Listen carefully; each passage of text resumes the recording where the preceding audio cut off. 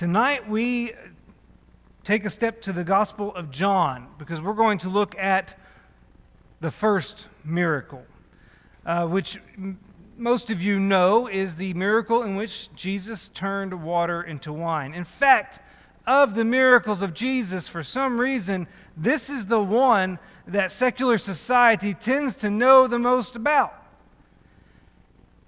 So, tonight we're going to talk about this, the first of Jesus' miracles, or signs as John will call it. In John chapter 2, the first 11 verses will be our focus, and we will start off by reading this text, so I invite you to join me in reading John chapter 2, verses 1 through 11. On the third day, there was a wedding at Cana in Galilee, and the mother of Jesus was there. Jesus also was invited to the wedding with his disciples. When the wine ran out, the mother of Jesus said to him, "They have no wine." And Jesus said to her, "Woman, what does this have to do with me? My hour has not yet come." His mother said to the servants, "Do whatever he tells you." Now there were 6 stone water jars there for the Jewish rites of purification, each holding 20 or 30 gallons. Jesus said to the servants, "Fill the jars with water." And they filled them to the brim. And he said to them, "Now draw some out and take it to the master of the feast." So they took it. When the master of the feast tasted the water, now become wine, and did not know where it came from, though the servants who had drawn the water knew, the master of the feast called the bridegroom and said to him, "Everyone serves the good wine first, and when people have drunk freely, then the poor wine. But you have kept the good wine until now." This, the first of his signs, Jesus did at Cana in Galilee and manifested his glory, and his disciples believed in him.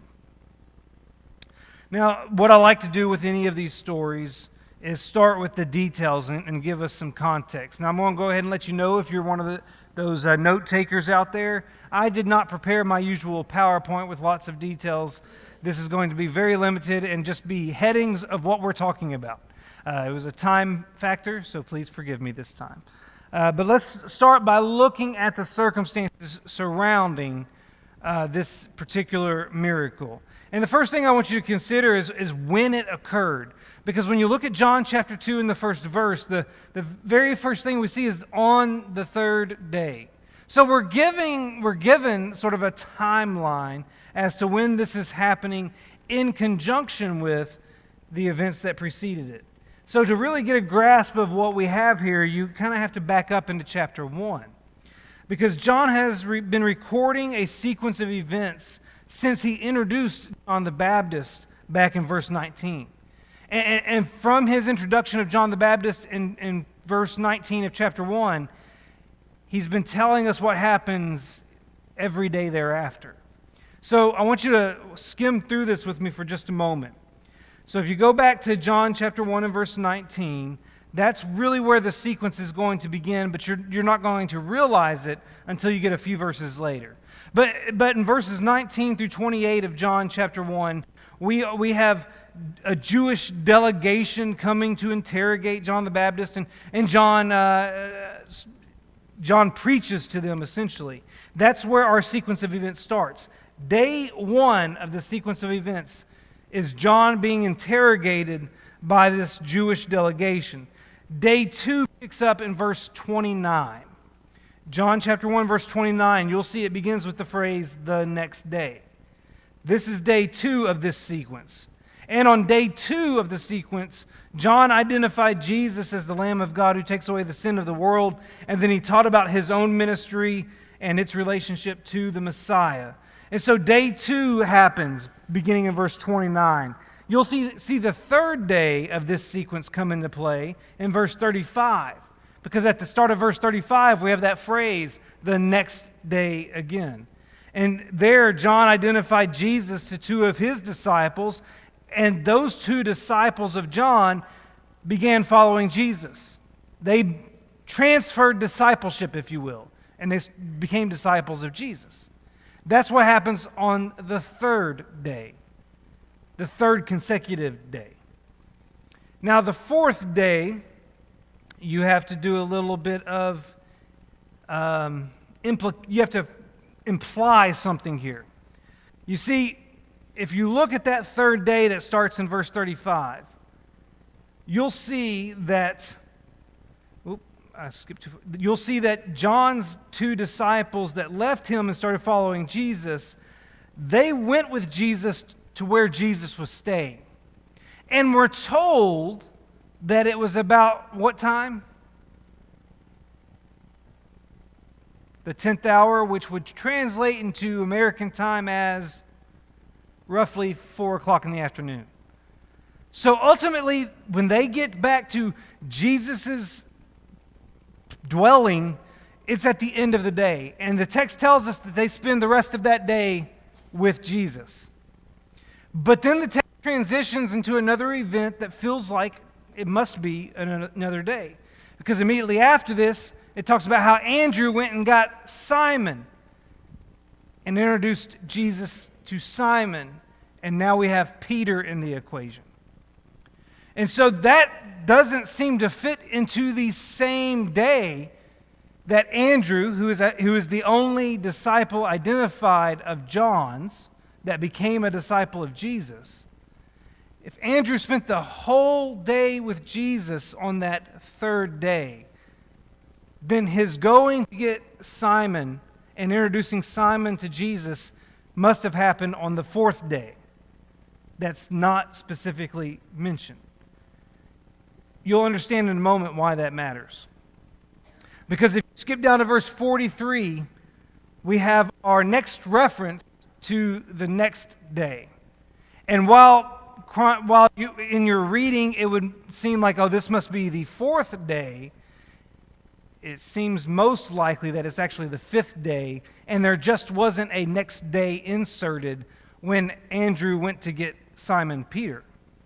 So it appears that we are probably on the fifth day, consecutive day here in verse 43. This is after Jesus is introduced to Peter, and now we've got an extended section where Jesus is inviting Philip and eventually Nathanael to follow him.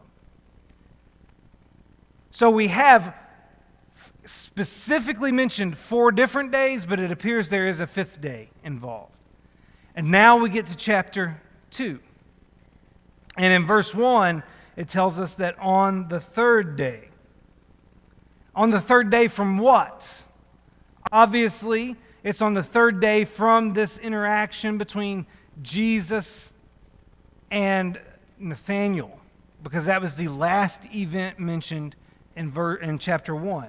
And so it's on the third day from Jesus' interaction with Nathanael that they are going to this event in chapter 2. But when we hear that phrase, on the third day, how many days do we count? 3. That's an American way of counting here. But it's not consistent with the way that the Hebrews would have counted. On the third day, you count the day of the event. The day that Jesus is interacting with Nathanael is day 1. And then you count 2 more days. So the American idiom for on the third day would be in 2 days. So if that happened, the interaction between Jesus and Nathanael was on day 5 of consecutive days, then on what day was this wedding they're about to attend? If it's 2 days away. 7th. Here's the point. It seems that John has just detailed a consecutive week, 7 consecutive days of events at the start of Jesus' ministerial career. You know, that number 7 has some significance to it. It has some importance to it, especially when you consider the fact that John, as a gospel writer, loves theology. He's not so concerned with chronology. He's not worried about getting every event in the life of Jesus recorded. He totally skips over the birth of Jesus. He alludes to the baptism of Jesus in passing blessing. He doesn't mention the temptation. There's so much that John leaves out because John has a very specific goal with his gospel. And if you jump ahead to chapter 20, you find out that his goal is to cause people to believe that Jesus is the Son of God. So he's going to mention very specific events that factor into the theology he's trying to present. Now, back in John chapter 1, in fact, I need to open up to that for this point.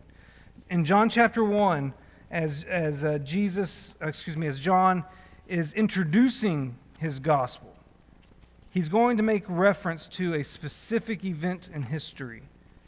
John chapter 1, look at I'm almost there. Look at verse 1. In the beginning was the Word, and the Word was with God, and the Word was God. He was in the beginning with God. All things were made through Him, and without Him was not anything made that was made. What is he referencing? What event that you can read about in the Old Testament is he appealing to? Creation. How many days did creation take? You are correct. How many days are outlined in Genesis chapter 1 and 2? 7. I tried to throw a trick question in there and y'all beat me to it. I'm upset now. So when we talk about the creation week, it's 7 days, although creation only happened on 6 of those days. There was a 7th day of resting.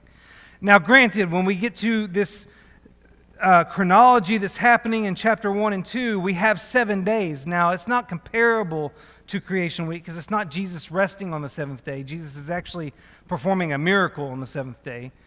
But we have this John, this author, who's got this appeal to creation in chapter 1, and then he follows that up with talking about 7 consecutive days in the life of Jesus. Nowhere else does John provide that kind of consecutive information on what's happening day to day in the life of Jesus. This is the only time that John goes into that kind of level of detail in regards to the day-to-day events of Jesus. Now, you can get to the last week of Jesus' life, but John's not saying things like on this day, on the next day, on the next day. He's not using that terminology again. John is kind of under the, or behind the scenes in a way, promoting the theology he started in verse 1 through 3, tying Jesus to creation. He's making this connection that Jesus is in fact the Son of God. He's the Word who was in the beginning. And his activity over these 7 days is reminiscent of God's activity over the 7 days of creation week.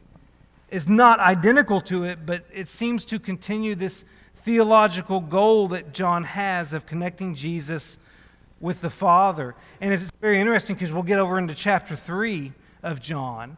And in Jesus' conversation with Nicodemus, he's going to start talking about what it takes to become a new creation, to use the terminology that Paul will eventually use. It's really the idea of being born again, and Paul connects that to being a new creation later in his writing. So there is this uniqueness to John's gospel in which he's making this connection with this consecutive day order to his idea that Jesus is the one that pre-existed time. Jesus is the one who was involved in the creation of all things. So I just want to point that out, that we have this consecutive 7 days in a row, and that seems to be unique to John in his writing. So we are 2 days removed from chapter 1, essentially. 2 days removed from from Jesus calling Philip and Nathanael to follow him. By the end of chapter 1, Jesus has recruited at least 4 people to follow him: Andrew, Simon, Nathanael, and Philip. There is the potential of a 5th individual, if the two disciples that followed John the Baptist and transferred their discipleship to Jesus, if the second one, because one of them is Andrew, we know that, one of them is Andrew, we never get the name of the other one. Many believe the other one is John, because John seems to be this individual throughout his gospel that goes unnamed or is referred to as the beloved disciple or some other generic term like that. And he might be the second one here that was following John the Baptist, might even be the reason he has this information that others wouldn't have because he was a first-hand eyewitness. So it could be that there's a fifth guy here that we don't have a name for, but Jesus has at least 4 disciples by the start of chapter 2. Now, where are they going? Where did the event occur here? In Cana of Galilee, or at Cana in Galilee, as verse 1 of John chapter 2 says. You know, Cana is only mentioned 3 times. Well, 4 technically. Twice in this chapter in reference to this event. Once in chapter 4, Jesus made another trip to Cana in chapter 4. He didn't really do anything there, but while he was in Cana, in John chapter 4, an official from Capernaum showed up and begged Jesus to come back to Capernaum with him because his son was dying. And Jesus ended up, while in Cana, performing a long-distance miracle, healing somebody that was in Capernaum. And we'll probably get around to studying that miracle at some point, but that's the second time that Cana gets mentioned outside of this particular wedding event. And then you can go to John chapter 21 and verse 2. We find out that Nathanael, the same guy that ended chapter 1 becoming a disciple of Jesus, that Nathanael was actually from Cana. He's referred to as Nathanael of Cana in John chapter 21 and verse 2. And so it very well may be that John is tracking Jesus' movements from the last time he was around John the Baptist until he arrived at Cana, and showing his recruitment of disciples along the way, because Nathanael was from Cana. He may have acquired Nathanael as a follower on his way to this wedding. And here's the thing about Cana. I don't have a map to show you tonight, but just know this. The town of Cana, its archaeological site, the location that's believed to have sat at in Galilee, is only 9 miles north of Nazareth. Now, why is Nazareth important?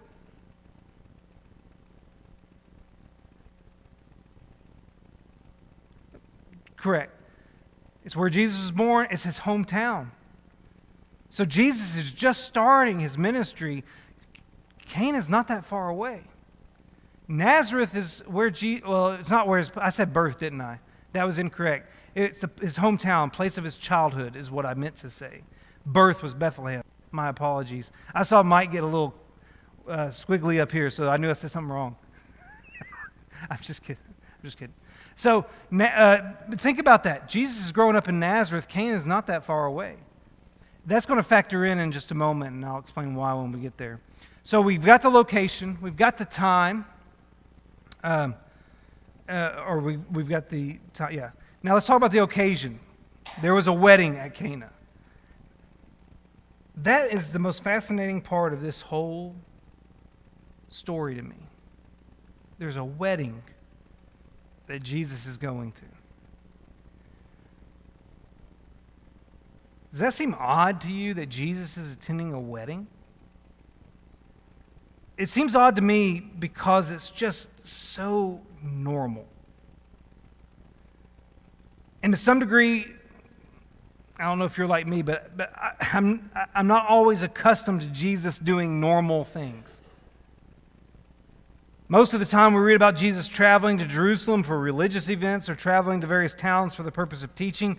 But on this occasion, he attends a wedding, which at that time was a celebration that could last as long as a week.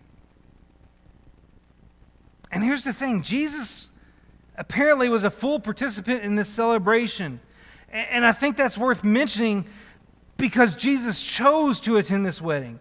The Son of Man, as one author said, took time to enjoy a feast, visit with friends, honor a bride and groom, and celebrate at the wedding in Cana. That's so normal and yet so beautiful because it's Jesus. Wouldn't you love to go to a wedding with Jesus? I mean, because weddings are for an attender, not for a participant in the wedding, but for one who's a guest. It's just a relaxed, enjoyable time. You're there to enjoy some food. You're there to laugh and celebrate. There's an aura around a wedding of joy. And here's the Son of Man there to enjoy this event with everybody else. You think about all the negative experiences that Jesus is going to go through in his ministry and all the difficult situations he's going to face. And this one, he just gets to enjoy. He's going there to celebrate. That is so intriguing to me. Because we're used to seeing Jesus in his teaching mode, or in his healing mode, or in his debating mode with his opponents. This seems like it's just going to be Jesus in relaxed mode. Honoring the bride and groom, enjoying the festivities. It's just so normal. Wouldn't you love to experience Jesus at a wedding? But no matter how normal it started, it didn't end that way because there is a dilemma that arises. During the festivities, something happened, and you likely know what that is, but you can see in verse 3 that the wine ran out. Now that doesn't seem like a big deal to us. I tend to think like one author who wrote this. He said, as emergencies go, this one falls well down the list. It caused embarrassment, to be sure, but need a Messiah who had come to heal the sick and liberate the captives? Should a Messiah like that concern himself with a social faux pas? But we need to realize this is a bigger issue than we might think it is. No, it wasn't a life or death issue. It wasn't a religious controversy. It wasn't an ethical dilemma. But it very much was a social and cultural issue. David Leip, in his commentary on John for Truth for Today, summarized it this way. He said, to run out of wine on such an occasion would not only be disruptive, but also embarrassing, especially in a shame-based culture. Not only would social disgrace result from a failure to discharge hospitality duties, but evidence suggests that the groom would also be subject to litigation because he was legally required to provide a feast of a certain standard. So let's put this in context. In that culture, hospitality was a chief. This is one of those times I lost the word. Y'all are probably getting used to that by now.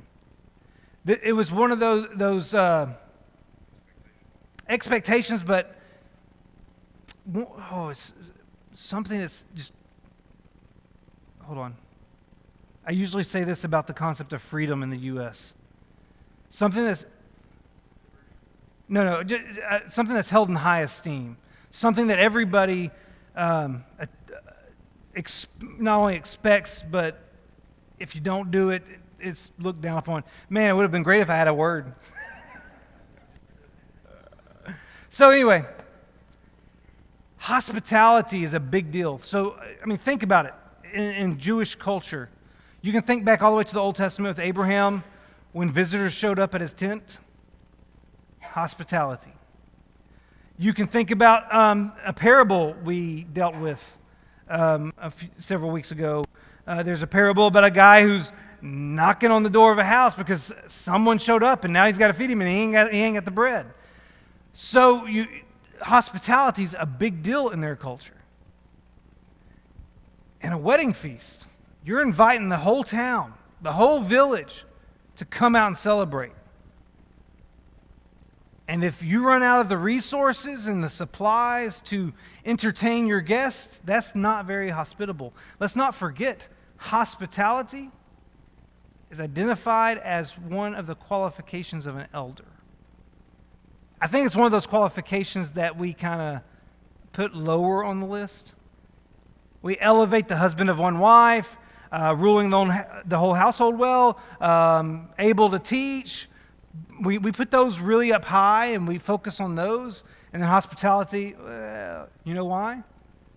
Because Americans aren't hospitable.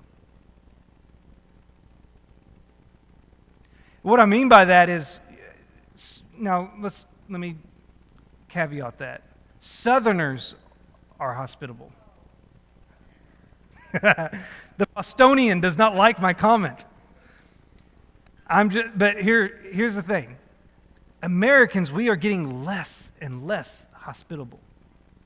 And what I mean by that is we are less and less concerned with having people into our homes. We are more and more private as years go on.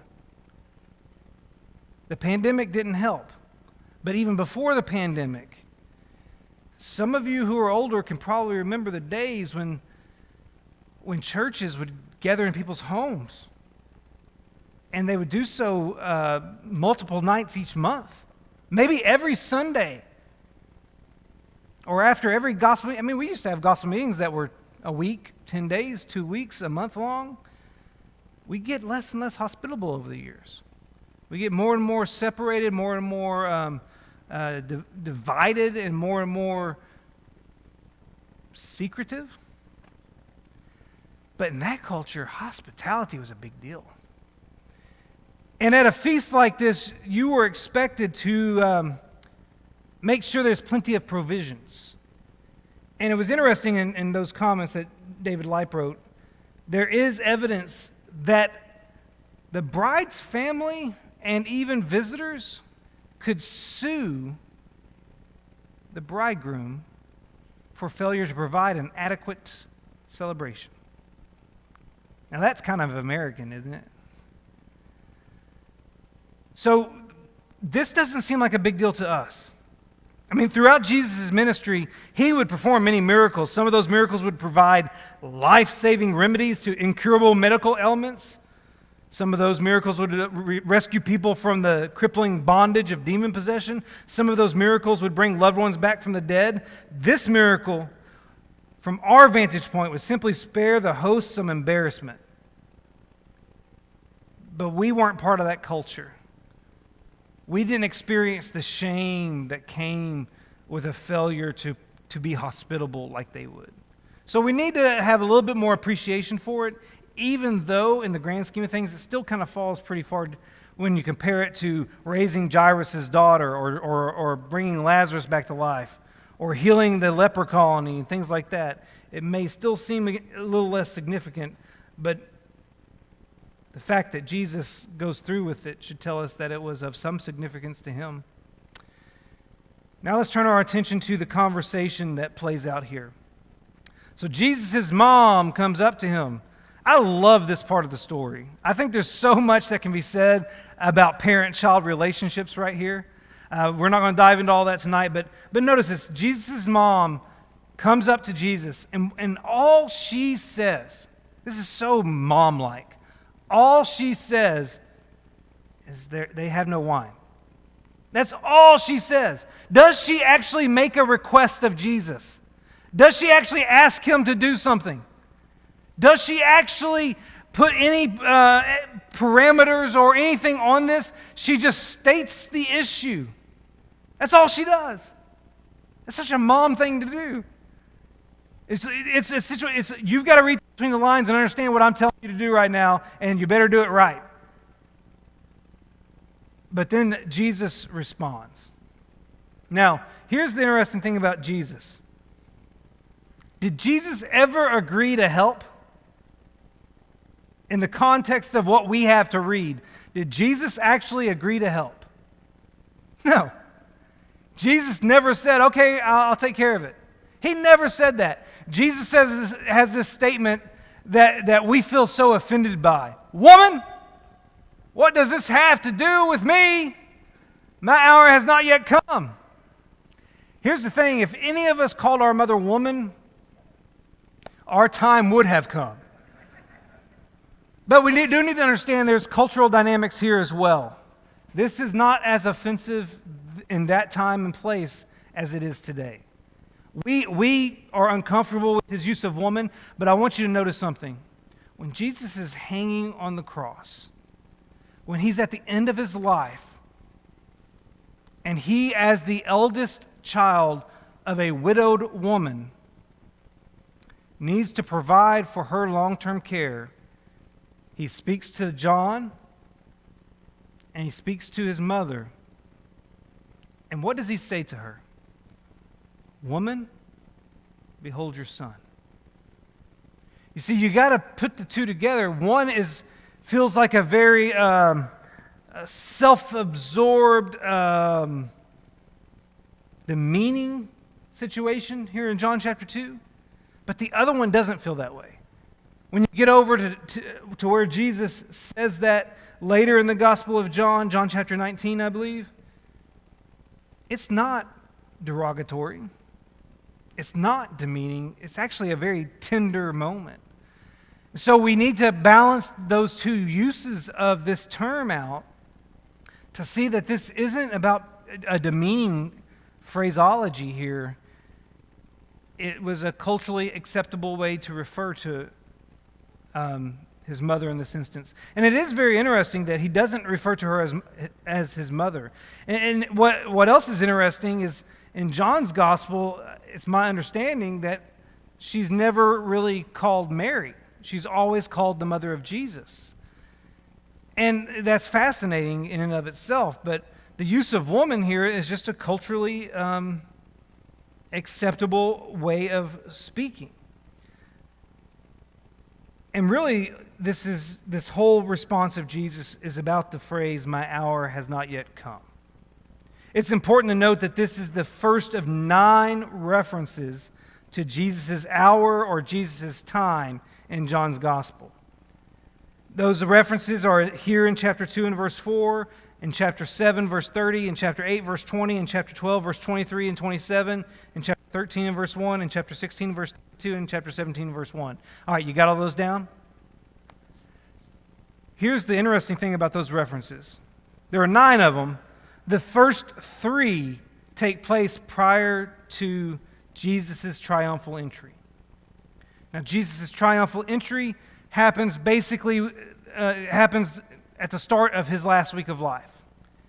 And Jesus, up until that point, anytime this phrase is used, it's "my hour has not yet come." But after his triumphal entry, it changes. And it's "my hour" or "my time has come." Jesus had a very strong understanding of his time. And as one author pointed out, the hour toward which everything moves is the hour of Jesus' glorification, which takes place through his death, resurrection, and exaltation. And so ultimately, when Jesus said, "My hour has not yet come," he's communicating a couple of things. He's communicating that he's operating on God's agenda and God's timetable now. And so if it's not in God's timetable, his hour has not yet come. But he's also communicating that he didn't think it was time for him to get involved in a situation that could complicate his greater mission. You have to think about it. If he's going to do something here miraculous, which he does, he understands that that's going to bring attention to him in a way he has yet to experience. If Jesus acted, this is a commentator speaking, that would mean his time had come. And from that moment on, life would change. If word of his powers leaked, he would soon hear pleas from needy people from Tyre to Jerusalem. Crowds would flock, epileptics, paralytics, deaf mutes, the demon-possessed, not to mention any street beggar who wanted a free glass of wine. Investigators would be dispatched from the capital. A clock would start ticking that would not stop until Calvary. So Jesus understood that once he opened that miraculous ability for the public to see, he can't undo anything. Everything marches toward the end.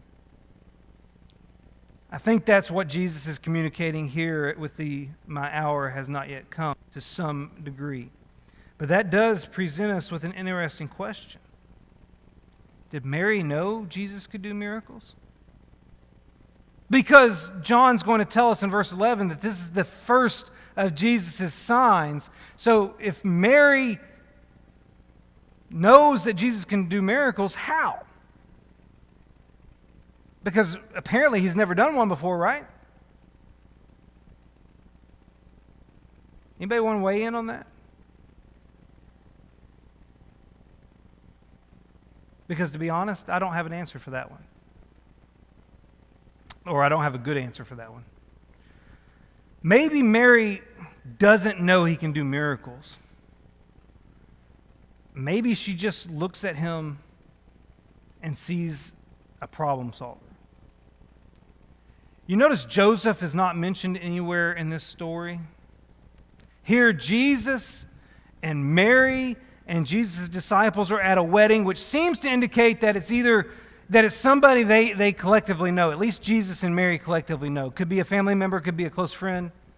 And the fact that Mary comes to Jesus with the dilemma related to the wine seems to imply that she may have had some responsibility at the wedding. Maybe she was helping in the catering category for the bridegroom. Maybe there's some awareness, some family connection going on there. We don't know. That's speculation. But remember, Cana is 9 miles from Nazareth, the hometown of Jesus and Mary and Joseph. That's not very far. They could have relatives up there in Cana. So that possibility at least exists. And the possibility then exists that Mary has a role to play in the provision of the food and beverage at this event.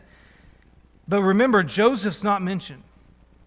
In fact, the last time Joseph technically is mentioned in a story in the life of Jesus, as far as an active participant, is in Luke chapter 2 when Jesus was 12 years old. It's the suspicion of most scholars that by this time, really by the time of Jesus' baptism, Joseph has passed away. And he's no longer in the picture, making Mary a widow, making Jesus her eldest son, and the one who is responsible for her care. And so it may be that Mary approaches Jesus with this issue because she's got responsibility, and whenever she faces a difficult dilemma, whenever she faces some sort of struggle, Jesus is her go-to as her eldest son. That possibility exists. Another possibility exists. Jesus is the Son of God who would one day resolve mankind's greatest need, the need for salvation. And here's his mother asking him to reveal himself to the world by resolving a rather insignificant issue that would at worst embarrass a couple of individuals. And she doesn't even wait for him to agree to help. As soon as Jesus says, "Woman, my hour has not yet come," right after that, Mary just turns around and tells the servants, "Do whatever he tells you." Maybe she did that because she knows that her son is going to help people. Maybe she knows that Jesus cares about people to the point that he's willing to help them with even the smallest of problems. Maybe this isn't a, hey, she knows his miraculous ability. Maybe it's she knows his heart. She's had 30 years to watch it. Brother Iverson.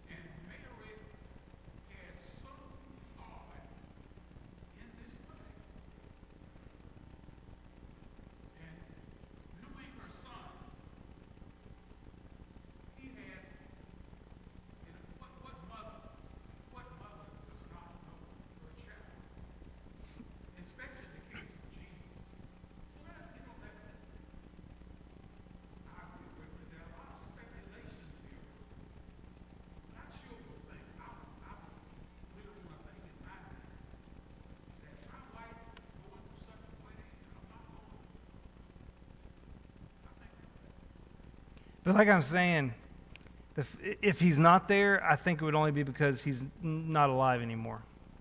That's the only reason I would say he's not there. Mike?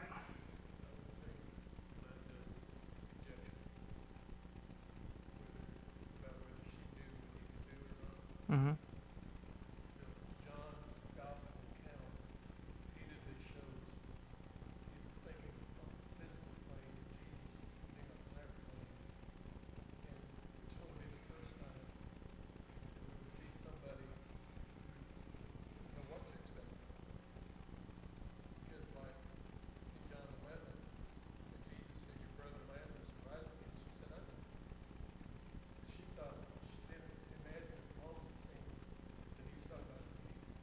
Yeah.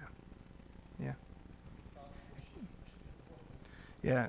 She's thinking, oh, he'll just maybe he'll help me get some more wine, not necessarily he'll make more wine. And so that's a great possibility here. Rich?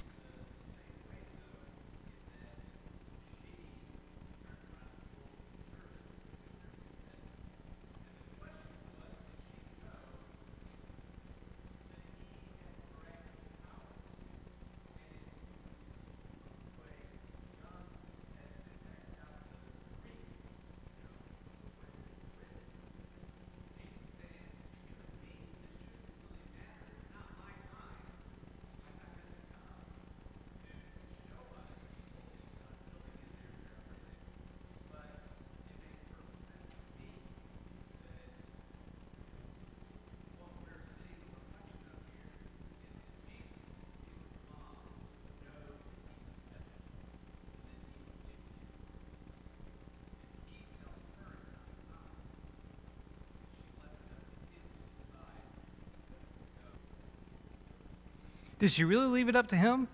Because she turned around to the servants and said, do what he says. Now, back to that phrase you were talking about, what is it to you and me? The Greek actually is that there's an idiom going on there that could be him saying, what is it to me? It's your problem, not mine. So the Greek can go two ways there, which is very interesting. Yeah. But she very well, maybe she didn't know something.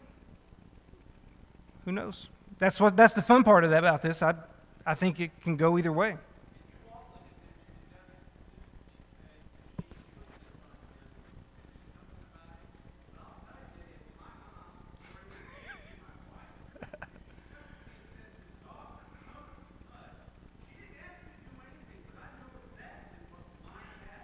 That's what I mean by this is a very mom statement. This is, I'm telling you what's going on, and you better figure it out. James.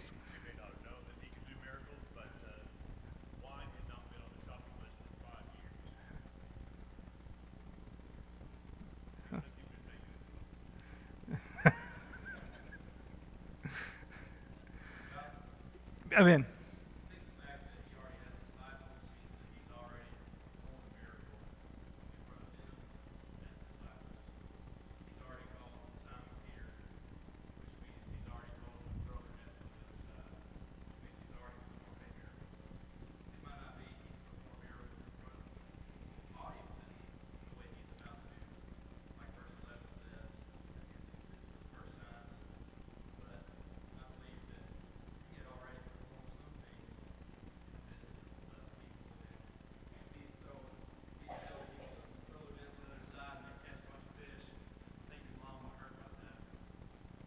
maybe so. I'd go with a chronology that puts this before the Sea of Galilee incident, but still a possibility. That particular miracle could have preceded this. But it does make you wonder, what is John referring to as the first of his signs? John would have to be very specifically referring to public signs, which is a fair point. All right, what was it?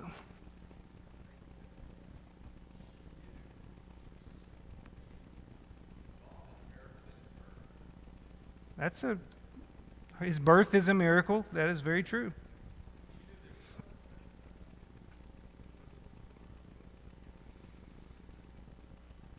That is very true. Let's talk about the miracle real quick. We don't have much time left, but if in verse 6, you'll see there were 6 stone water jars there for the Jewish rites of purification. About those water jars, most of our modern English translations let us know that the amount those jars could hold was 20 to 30 gallons, which would make it the whole contents be somewhere 100 to 150 gallons worth of water in those containers. What's interesting about them is that they were stone and not made out of earth, made out of clay, because a stone water jar could not contract uncleanness, like the Old Testament idea of uncleanness. And that's why they were the ones used for ceremonial washing. And in the context of this wedding feast, they may have had those jars there, and they may have had water in them for washing utensils that were used in the meal, or having the guests wash their hands before they ate. But we know that we know that this ceremonial washing comes up in Jesus' teaching at times, where he'll criticize the Pharisees for washing the outside but not the inside, and so on. And so that it's very interesting that here at the start of Jesus' ministry, we have something that is part of the Old Testament law, something that is part of the Jewish customs and traditions that Jesus is facing off with to some degree, in that he's utilizing these instruments that are part of Mosaic law. And by the end of this whole episode, they're going to have a different purpose now. And think about the fact that in like the Sermon on the Mount, or I don't know, it may not have been the Sermon on the Mount, but Jesus himself will say at some point, "I've not come to abolish the law, I've come to fulfill it." And it's interesting how Jesus kind of, in that Sermon on the Mount, reinterprets the law. You've heard that it was said, but I tell you this. Here, he's taking something that is utilized in that law and utilizing it in a new purpose, in a new way. Now, let's talk about wine for a moment. I'm glad the first bell is already rung as we enter this subject. The text says in verse 9 that the water became wine, and the term used for wine in this passage is the most common Greek word for wine. It's the term used in the Septuagint, which is the Greek translation of the Old Testament. It's the term used in the Septuagint and in the New Testament to refer both to new wine from freshly squeezed grapes and to wine that has fermented and become a strong drink. Quoting from one commentator, in the Greco-Roman world, there were 3 kinds of wine. There were fermented wines, which usually were mixed with 2 or 3 parts of water to one wine.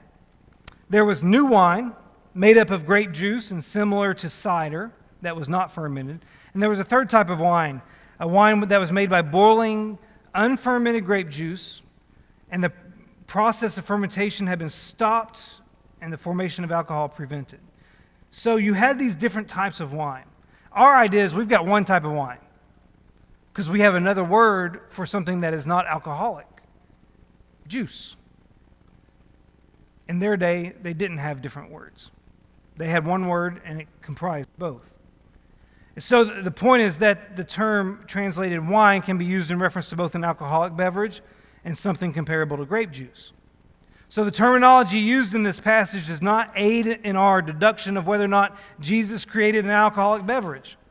You cannot argue that because it uses the word wine that it had to have alcohol in it. It's also worth noting that the master of the feast, in verse 10, referred to Jesus' wine as good wine.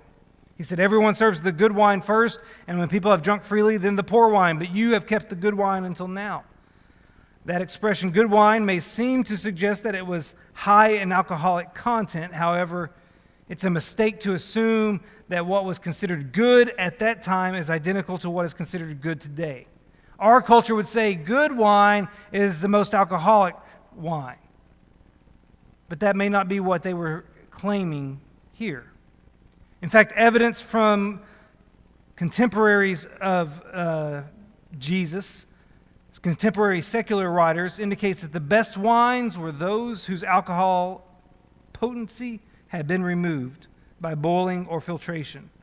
So you got a guy named Pliny the Elder who said, wines are most beneficial when all their potency has been removed by the strainer.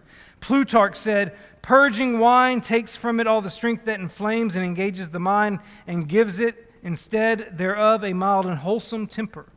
You have these authors who contend that wine is best when it lacks alcohol. So we should not conclude that Jesus' wine was identified as good wine because of its alcoholic content. Instead, the identification of Jesus' wine as the good wine may simply be a reference to the fact that it was qualitatively superior to what had been served earlier. I want to make those 2 points because a lot of people like to take this passage and use it as a basis for their alcohol consumption. And we have to concede that we don't know the exact nature of what Jesus made at that wedding. That's always going to be controversial. But there is no reason to conclude that the wine produced by Jesus was the kind associated with the drunkenness that is clearly condemned in the Scriptures. To argue that Jesus made some substance not approved by the Scriptures is to say that he did something that was inconsistent with his character. So my whole point is to show you that the word wine and the fact that Jesus' wine was good wine is not an indicator that it was alcoholic. We have a false view of that text when we attribute it to alcohol. So I throw that out there here in these last minutes because everybody wants to talk about alcohol when you talk about the conversion of the water to wine. We've got a couple minutes left before we wrap up. I'll give it one last minute for comments, questions, observations, debates, arguments, ridicules, anything else. All right, let's go to God in prayer as we wrap up our study tonight.